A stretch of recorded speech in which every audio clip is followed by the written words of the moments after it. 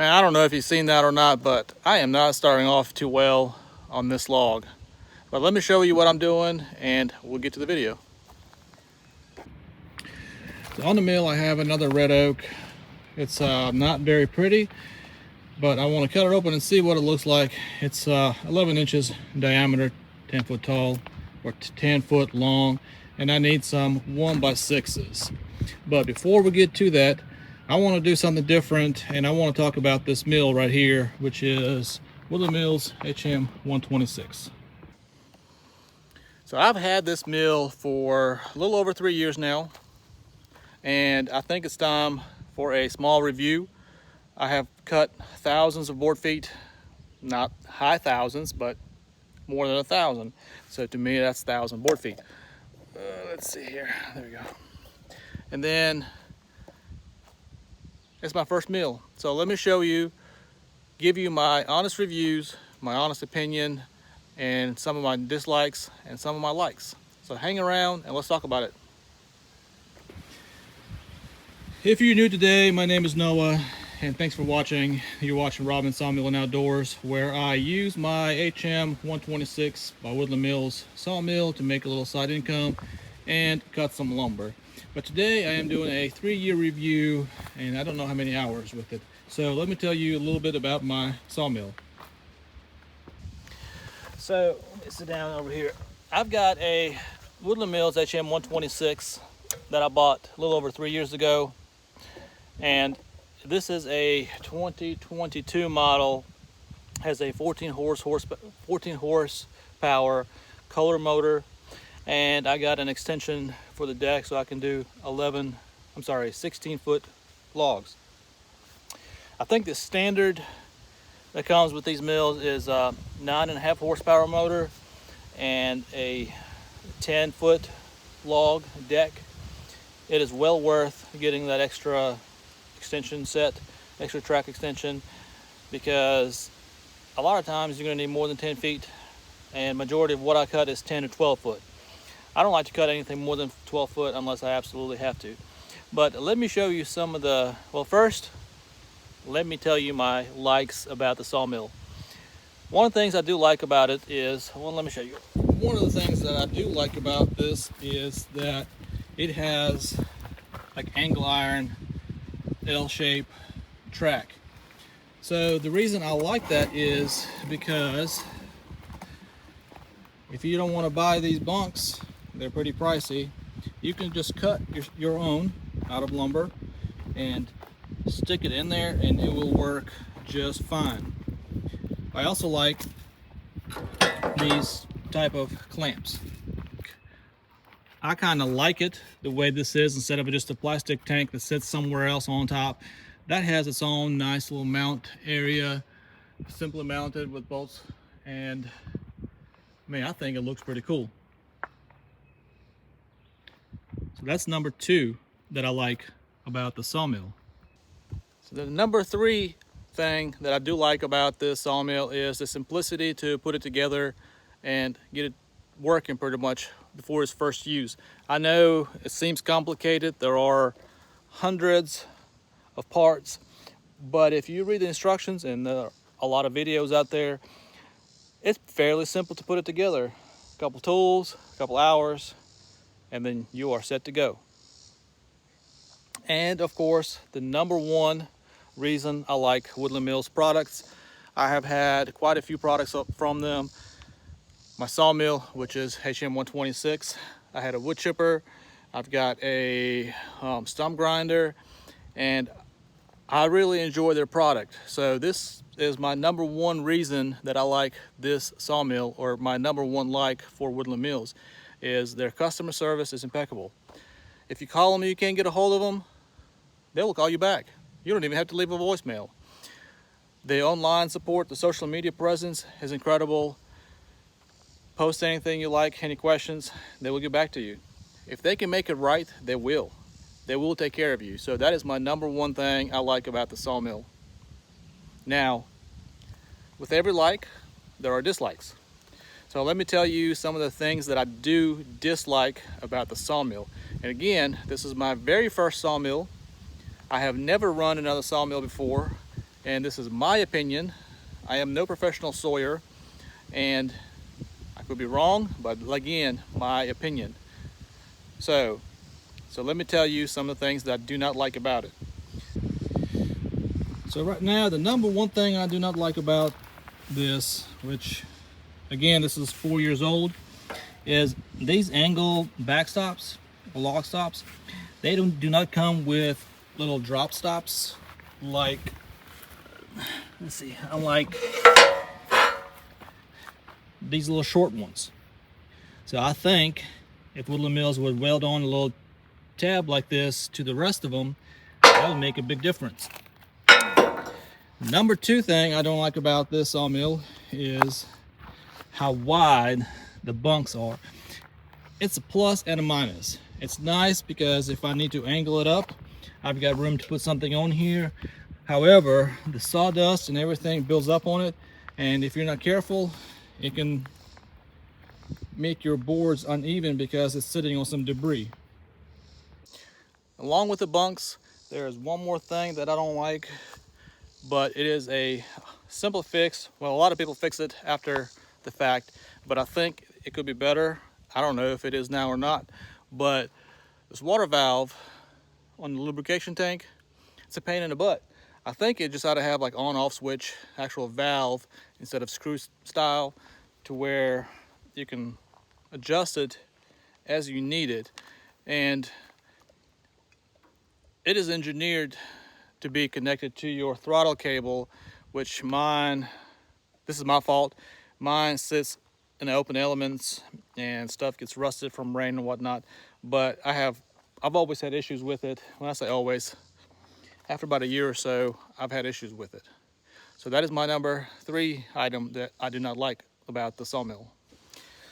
And I understand that, you know, these are very economical sawmills. The price of them is no secret. I am not sponsored. I am not being paid and by this sawmill company or any other sawmills. So this is just my honest opinion of this sawmill, and it's my first one. When I bought this 3 years ago, I bought the Kent hook, the cover for the head, the extension, and 10 blades extra. And I think my total price was $46.71, so $4,671.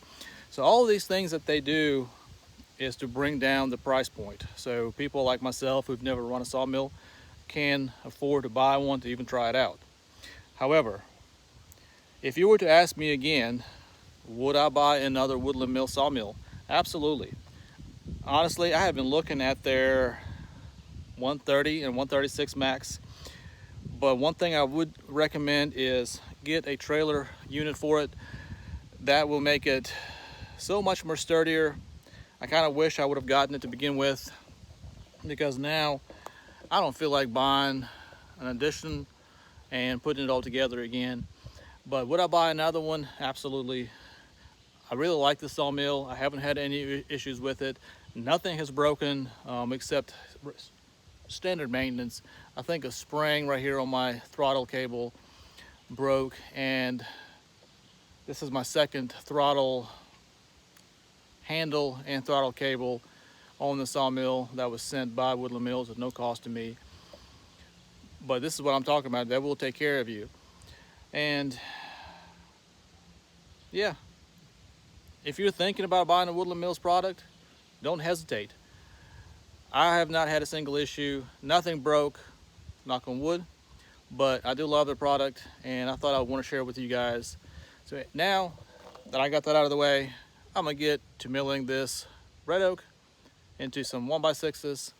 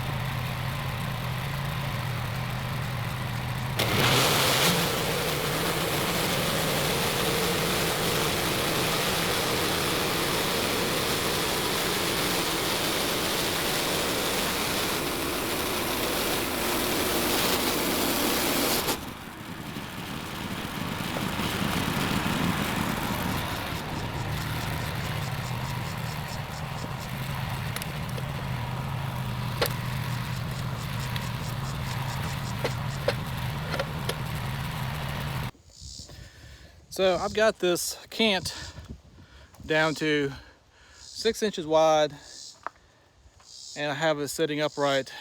I need 16 1x6s. I already have a couple. I actually need to look and see how many I have.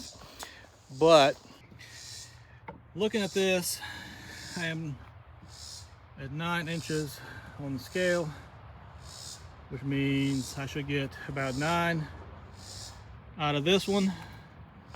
And I've got 2 more flitches right here. So it's 11 or 10 really nice ones. And I've got a stack of 12 footers right there that I can cut down. But it is a very hot day. The heat index right now is 103, I believe. And I told the gentleman that I will have these done this evening. So let me get to cutting this cant up, get my 1x6s, and I will get back to you guys.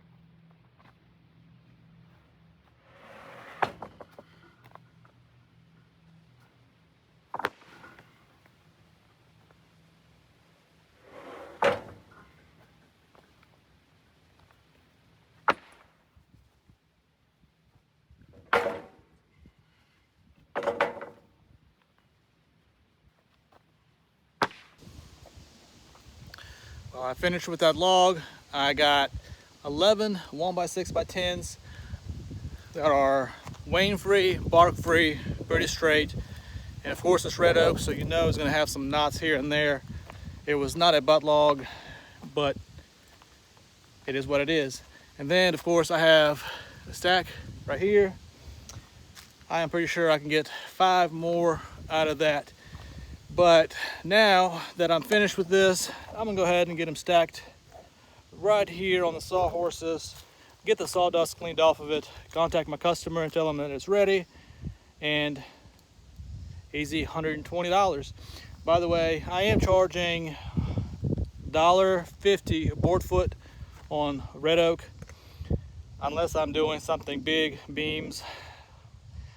If the boards are greater than 10 inches wide, it will be more, probably $2 a board foot. And if I'm doing like heavy stuff, like a 4x8 or something like that, I'm gonna charge $2 a board foot for that as well. But smaller 1x material, even 1.5 or 2 inch by 6, $1.50 a board foot I think is pretty good, considering I have an abundance of red oak. But this is going to be it for this video, guys. Thanks for watching. Please subscribe if you haven't. Hit that like button, hit that bell button, drop a comment, help this channel grow. We are close to 1,000 followers, but we are not even close to getting monetized. So go ahead and subscribe if you haven't. It does not cost you a dime, it does not cost you a penny, but a click of your mouse or your finger on that phone. And as I mentioned before, once we get to 1,000 followers, I will do a giveaway, and it will be for my followers. Anyway, guys, thanks for watching, thanks for sticking around, and I will see you on the next video.